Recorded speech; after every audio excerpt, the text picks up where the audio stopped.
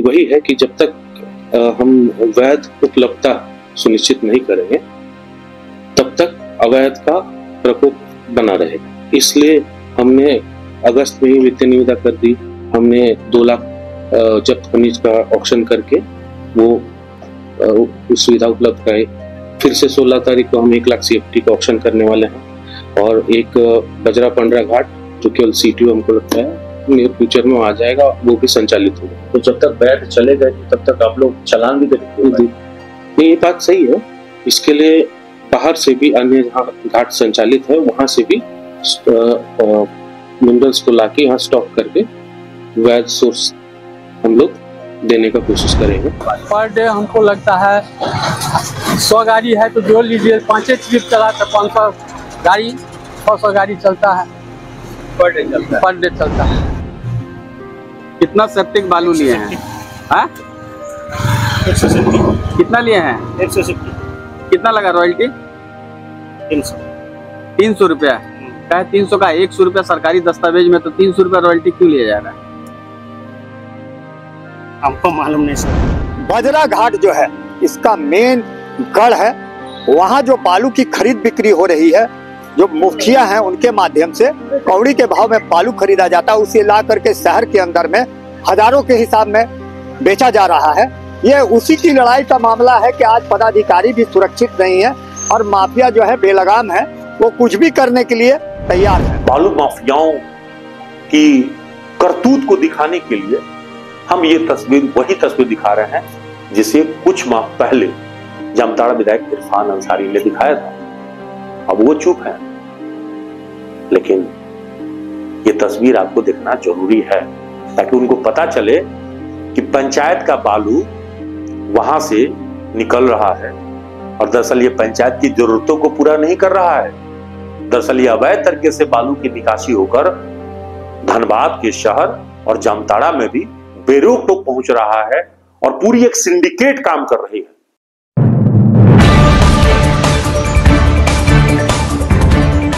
नमस्कार, मैं हूं कुंवर अभिषेक सिंह, हाजिर हूं आपके बीच कुछ खास मुद्दों पे चर्चा करने के लिए। और आज का मुद्दा है झारखंड में बालू संकट। अब सवाल है कि झारखंड में बालू संकट क्यों है? झारखंड में 444 बालू घाट हैं, उसके बावजूद झारखंड में बालू संकट है। तो क्या नदियों से बालू निकलना बंद हो गया है या कोई समस्या हो गई है? अभी तो NGT वाला रोक भी नहीं है, तो फिर बालू का संकट क्यों है? दरअसल बालू का संकट नहीं है, कृत्रिम तरीके से बालू का संकट खड़ा किया गया है और इस सबके पीछे सरकार की ढुलमुल नीति है। देखिए, बालू को लेकर जो समस्या अभी तक आई है उस पे जब हम चर्चा शुरू करेंगे तो पूर्व की रघुवर सरकार में जो बालू की नीति बनी थी 2017 में, हेमंत सोरेन सरकार पार्ट 2 भी आने के बाद अभी तक उसी को जारी रखी हुई है, उसमें कोई बदलाव नहीं लाई। यानी 2019 में जो हेमंत सोरेन की सरकार आई थी उसी नीति को पालन की और दूसरी बार जब आई है तो अभी भी उसके पास ये नीति स्पष्ट नहीं हो पाई कि उसको करना क्या है, पशुपेश में है। अब झारखंड में बालू निकासी और बेचने का जो स्वामित्व है, अधिकार है, ये झारखंड खनिज जो निगम है यानी JSMDC, Jharkhand state mineral development corporation, ये जो झारखंड राज्य खनिज विकास निगम के ऊपर जो जिम्मेवारी दी गई है 15 अगस्त 2025 तक इसी के जिम्मे है और यही पूरे राज्य भर में खनिज के तौर पे बालू का आवंटन, बिक्री, MDO, ये सारा काम इसी के जिम्मे है। तब सवाल है कि क्या झारखंड में बालू को लेकर जो नीति बनी है उस नीति में बदलाव को लेकर सरकार कुछ सोच रही है? तो अब ठीक सोच रहे हैं, बिल्कुल सोच रही है। झारखंड में इस वक्त में राज्य सरकार बगल के पड़ोसी राज्यों में कौन सी नीति अपनाई गई है इस पे चर्चा वो यहाँ के अधिकारियों की एक टीम भेजेगी, अध्ययन करेगी। बगल के पड़ोसी राज्य पश्चिम बंगाल में क्या हो रहा है, बिहार में क्या हो रहा है, छत्तीसगढ़ और उड़ीसा में, इन राज्यों में वहां पे कौन सी पॉलिसी है, इस पे एक अध्ययन करने के लिए टीम भेजेगी। जब टीम भेजेगी, अध्ययन करके आएगी तो नीति बनाएगी, पॉलिसी जो कुछ भी होना है ऐसे। लेकिन हम फिलहाल जो पॉलिसी बन गई है, जिस पे काम हो रहा है, हम उस पर चर्चा कर लें। पहला तो ये कि झारखंड सरकार ने 3 कैटेगरी में बालू को कैटेगराइज किया है, मतलब श्रेणियों में बांटा है। 2017 में जो पॉलिसी बनाई थी उसके आधार पर उसमें है कि 0 से 10 हेक्टेयर तक के जो क्षेत्रफल वाले बालू घाट होंगे उसको कैटेगरी 1 में रखा गया है। यानी ये व्यवसायिक हित के लिए नहीं है। दरअसल यहाँ पे जो अधिकार क्षेत्र है वो पंचायतों को सौंपे गए और इसको छोटे बालू घाट कर सकते हैं। इसका मतलब ये हुआ कि यहाँ पे कोई निजी कार्य से, यानी घर बनाने के काम से हो, सरकारी काम से हो, और पंचायत के क्षेत्रों में गांव लोगों की जरूरतों के मुताबिक वहां से बालू निकासी की जाएगी। और इसके लिए 100 रुपए की जो रॉयल्टी है वो पंचायत लगाएगी, यानी मुखिया के माध्यम से और जो वहां के जनप्रतिनिधि हैं उनके माध्यम से ये रॉयल्टी लगेगी और ये जो पैसा है वो पंचायत के पास जाएगा। नियम यही बने हैं और कुछ जगहों पे इसके नियम के तहत पालन होते भी होंगे। अब मैंने बताया कि ये जो बनाए गए हैं, पंचायतों को जो अधिकार दिए गए हैं, उसमें है कि यहाँ पे बड़े बड़े हाईवा और ट्रैक्टर से वहां आप इसके ट्रांसपोर्टेशन नहीं कर सकते। ये सिर्फ घरेलू उपयोग और सरकारी उपयोग के लिए आपको अधिकार दिए गए हैं। और यहाँ पे मैंने कहा कि ये चालान देने का काम मुखिया जी की तरफ से होता है और वो भी एक लिमिटेड टाइम के समय में ये दिया जाता है और उन्हीं क्षेत्रों में जहां पे ये पंचायत है उस पंचायत के क्षेत्र के लिए ही दिया जाता है, दूसरी जगह उसकी वैधता नहीं है। मतलब जो चालान वहां से जारी किए गए हैं, जो रॉयल्टी वो दिए जाते हैं उसी क्षेत्र के लिए दिए जाते हैं, दूसरी जगह उसका उपयोग नहीं हो सकता है।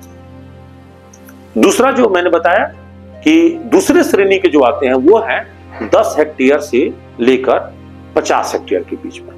ये जो श्रेणी वाला बालू घाट है यही व्यावसायिक उपयोग के लिए है और इन व्यावसायिक उपयोग वाले जगहों वाले जो बालू घाट है, यहां से जो बालू निकलेंगे, निकासी होंगे, खनन होंगे, उसका उत्पादन के साथ ही वो ट्रांसपोर्टेशन होके व्यावसायिक हेतु के लिए जाएगा। उसकी रेट जो है वो सरकार की तरफ से दर तय है और साथ ही साथ इसके जो चालान है वो माइनिंग डिपार्टमेंट जारी करते हैं। यानी ये जो है प्रत्येक जिला के जो खनन विभाग है उसके द्वारा वहां से चालान जारी होंगे और उसके बाद वहां के बालू निकासी और ट्रांसपोर्टेशन उसके माध्यम से होते हैं।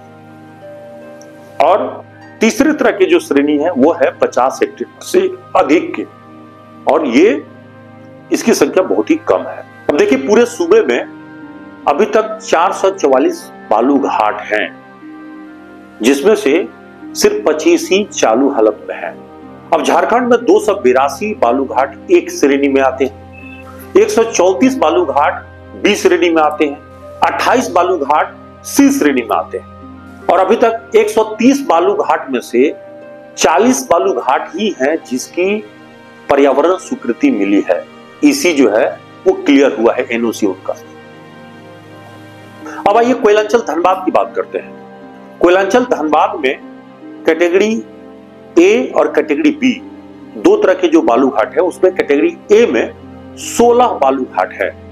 कैटेगरी बी वाले जो घाट है धनबाद में उसकी संख्या 17 है जिसका उपयोग व्यावसायिक तरीके से हो सकता है। लेकिन अभी तक टेंडर की जो प्रक्रिया है उस 17 में से सिर्फ 8 ने ही अर्हता पूरी की है और धनबाद के खनन विभाग ने उन 8 जो लीजी है, मतलब लीज धारक है, उनके आवेदन की सारी प्रक्रिया को पूरा करके और उसको रांची भेज दिया है। और ये 22 अगस्त 2024 को ही भेज दिया। आप सोचिए, अगस्त में ही भेजा गया है और अभी तक लंबित है क्योंकि न तो उनको पर्यावरण स्वीकृति मिली है, माइनिंग को चालू करने के लिए लेटर ऑफ कंटेंट होता है वो भी नहीं मिली है। तो आप समझिए कि लेटर ऑफ कंटेंट और माइनिंग ऑपरेशन के लिए इसी की जरूरत होती है, पर्यावरण स्वीकृति की। इसके बगैर आप बालू का खनन नहीं कर सकते, ये मिला ही नहीं। तो धनबाद में जिन 8 को भेजा गया है एमडीओ के लिए रांची, उनका भी अभी लंबित है। तो मतलब यह है कि अभी तक जो व्यावसायिक उपयोग के लिए जो बालू घाटों के निविदा के लिए भेजे गए हैं, टेंडर के लिए भेजे गए हैं, उसमें से किसी को भी स्वीकृति नहीं मिली है। तो वहां से जो भी बालू का खनन हो रहा है वो सब अवैध ही है। तो धनबाद में वैध क्या है? धनबाद में इस वक्त में किसी भी बालू घाट से बालू की निकासी के लिए वैध तरीके से सरकार की ओर से ऑर्डर अभी तक नहीं मिले हैं, सिवाय पंचायत क्षेत्रों को छोड़कर। और पंचायत क्षेत्रों में भी, जो पहले बताया कि पंचायत क्षेत्रों में भी बालू का निकासी के बाद सिर्फ पंचायत क्षेत्रों में ही उसकी खपत किया जाना है, लेकिन वहां से धड़ल्ले से बालू निकलकर शहर में रोज आ रहे हैं और ट्रैक्टर, ट्रक और हाईवा से ये प्रत्येक दिन सैकड़ों नहीं हजारों गाड़ियां कोयलांचल धनबाद पहुंचती हैं और विभिन्न इलाकों में खपती हैं और प्रतिदिन लाखों रुपया का ये वारा न्यार होता है। और इसमें एक संगठित रैकेट जो है, पूरा गिरोह एक काम कर रहा है। मतलब आप इसको बालू माफिया कह सकते हैं, रेत माफिया कह सकते हैं। ये पूरा एक सैंड रैकेट जो है काम कर रहा है और इस गिरोह में जो बिचौलिए हैं, तस्कर हैं, वो सभी को अपना अपना हिस्सा देते हैं। मतलब ये नहीं कि दरअसल बेईमानी के धंधा भी बड़ी ईमानदारी से होती है और इसमें सबके हिस्सेदारी है। मतलब प्रशासन के जो जो अंग उनके आड़े आता है इस पूरे धंधे में, उन सबको वो एक मासिक देते हैं।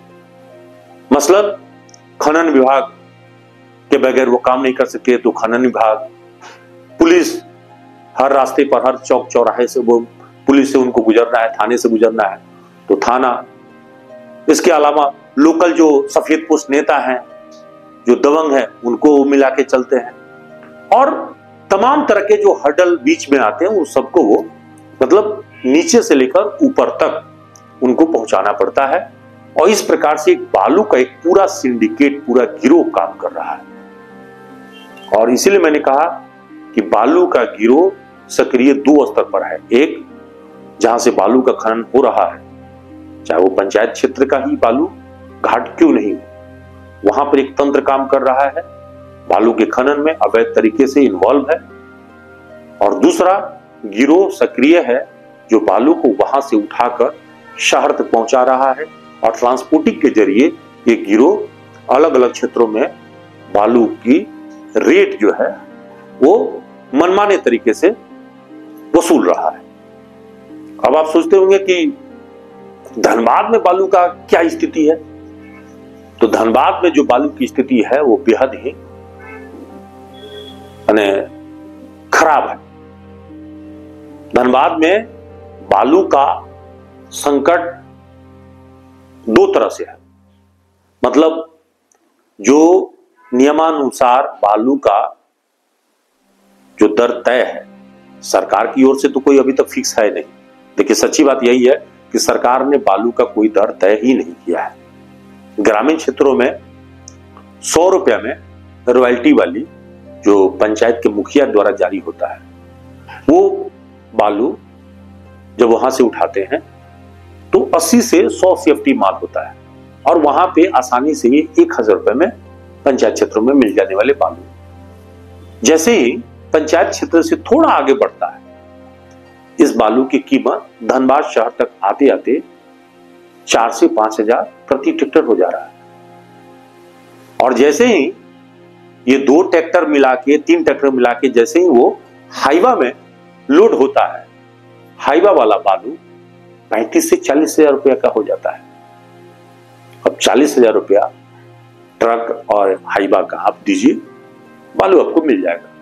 और इस प्रकार से ये गोरख धंधा चल रहा है। इसमें बालू में मैंने पहले ही कहा कि ये सभी की कड़ी मिलीजुली है, क्योंकि जिला खनन टास्क फोर्स जो बना है वो सिर्फ एक आईवास है धनबाद में। दरअसल जिला खनन टास्क फोर्स में आपको सीओ भी है, ऊपर में एसडीओ भी है, और जिला प्रशासन में उपायुक्त तक के अधिकारी की मॉनिटरिंग की जिम्मेवारी दी गई है। लेकिन मॉनिटरिंग क्या होता है, कैसे होता है, इसको बताने की जरूरत नहीं है। धनबाद में खुलकर इस वक्त में बालू के अवैध कारोबार हो रहे हैं, और बालू के अवैध कारोबार सबसे ज्यादा जहां फल फूल रहा है उसमें एक नंबर स्थान धनबाद के निरसा विधानसभा क्षेत्र पड़ता है, थाना क्षेत्र पूर्वी टुंडी पड़ता है, और जगह का नाम है पंडरा बेजरा। इस जगह पे जब आप जाएंगे तो यहां पे एक नया तस्वीर देखने को मिलेगा। आपको लगेगा कि सुबह सुबह ये क्या हो रहा है।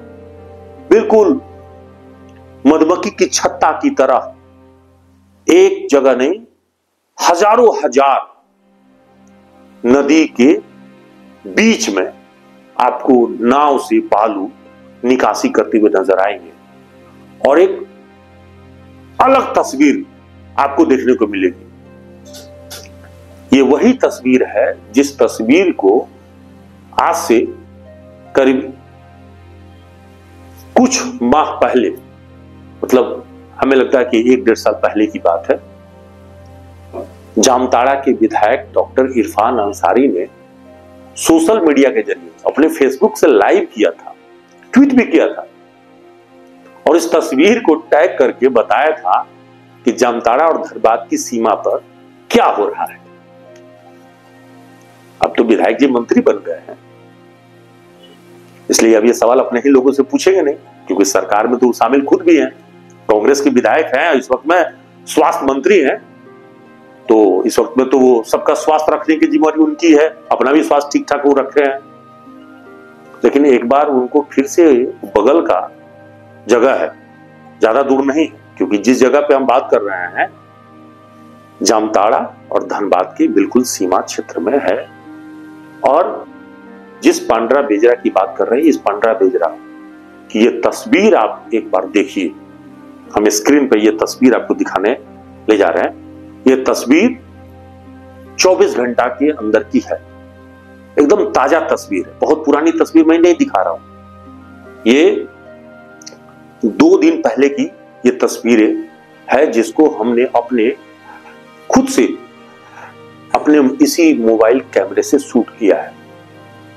कैमरा वहां नहीं निकाल सकते थे, इतनी खतरा मैंने देखा वहां। दोनों तरफ काफी संख्या में लोग इकट्ठे, पुल के धनबाद के साइड में भी और जामताड़ा साइड में, दोनों तरफ काफी संख्या में वहां लोग इकट्ठे होते हैं, और ये उस सिंडिकेट के लोग भी हो सकते हैं। तो स्वाभाविक होगी कि अगर कैमरा निकाल के अगर हम तस्वीरें लेंगे तो आसान नहीं होगा।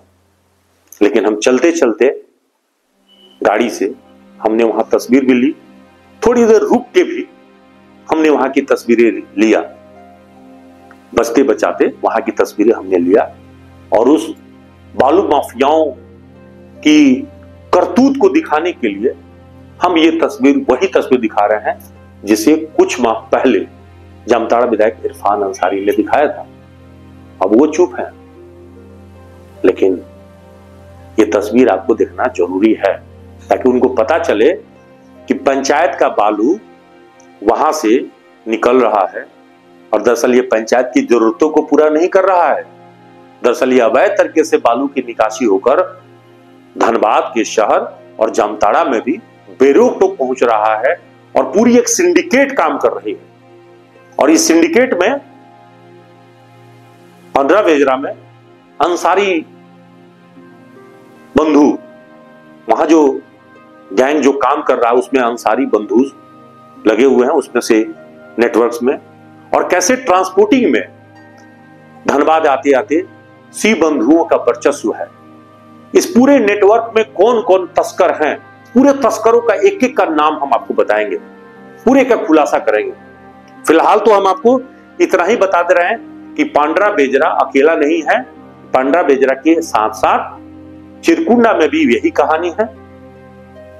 यानी दामोदर नदी के बालू घाटों से खूब जम के लूट हो रही है, और इस लूट की कहानी में जो उनके आड़े आ रहा है, इस लूट की कहानी में जो आड़े आता है, उस पे बालू माफिया सितम ढाने के लिए तैयार हैं। और धनबाद में किस प्रकार से इस पूरे सिंडिकेट को ऑपरेट किया जा रहा है, बुंदेला ग्रुप द्वारा और भी कुछ लोगों के द्वारा इसमें शामिल है लोग। अभी हाल ही में ताजा जो घटना घटी है, गोविंदपुर सीओ के साथ पिछले 28 नवंबर को घटना हुई थी और उन पर जानलेवा हमला हुआ था। और ठीक अभी अभी ताजा वारदात माइनिंग के 3 निरीक्षकों के खिलाफ जो है, जब वो छापेमारी करने गए थे तो सरायढेला में उन पर जानलेवा हमला हुआ है। तो माइनिंग डिपार्टमेंट के 3 अफसरों पर जिस तरह से रेत माफियाओं ने हमला किया है, दरअसल ये पूरी कहानी, पूरी चीजों को आप जोड़ के देखेंगे तो कुछ भी अलग नहीं मिलेगा। ये सब एक दूसरे की कड़ी के साथ नजर आएंगे। आप कड़ी को ठीक से देखिएगा तो आपको नजर आएगा कि ये कड़ी सब एक ही है। हाँ, पुलिस की कार्रवाई को लेकर आपको थोड़ी शक शुबह हो सकती है कि इस मामले पर पुलिस अभी तक कार्रवाई क्यों नहीं कर रही है। अगर पुलिस के सामने अफसर पीट जा रहा है, पुलिस के सामने अगर इस तरह की वारदात हो जाए, सीओ छापेमारी करने जाए, उन पर हमला हो जाए, तो फिर सुरक्षित कैसे, फिर कौन कार्रवाई करेगा? तो ये सवाल और भी गहरा हो जाता है कि बालू माफिया क्या इतने ताकतवर हो गए हैं कि उनको न तो वर्दी का डर है, न सरकारी बाबुओं का डर है, और न ही मीडिया का कोई खौफ है कि कोई छापता है तो छापे, दिखाना है तो दिखाए, हम पे क्या फर्क पड़ेगा। इसका मतलब है कि कुछ तो गड़बड़ है, दया पता करो। सरकार ने आखिर चुप्पी साधी रखी है या इन रैकेटों का कोई बहुत बड़ा हाथ इनके ऊपर है, इसीलिए इस मामले पर कोई बड़ी कार्रवाई नहीं हो रही है। इसलिए मैं एक बार फिर से कह रहा हूं कि दया पता करो, कुछ तो गड़बड़ है। दाल ही काली है, दाल में काला है या पूरी दाल ही काली है। इसलिए इस पूरे मामले पर हम आपको सेकंड पार्ट में बताएंगे कि इस पूरे सिंडिकेट में कौन है बालू माफिया, धनबाद का बालू माफिया जो इस पूरे सिंडिकेट में हावी है। फिलहाल उसके सारे चेहरे को हम उजागर भी करेंगे। अभी तक तो ये आपको तस्वीर जो दिखा रहे थे पांड्रा बेजरा और चिरकुंडा का, वो तस्वीर आप देखिए। और फिलहाल के लिए, आज के लिए इतना ही। कल के एपिसोड में हम फिर बाकी की चर्चा करेंगे। निरसा से संतोष के साथ सहयोगी विवेक और नरेंद्र के साथ कुंवर अभिषेक सिंह, न्यूज़ एनपी धनबाद।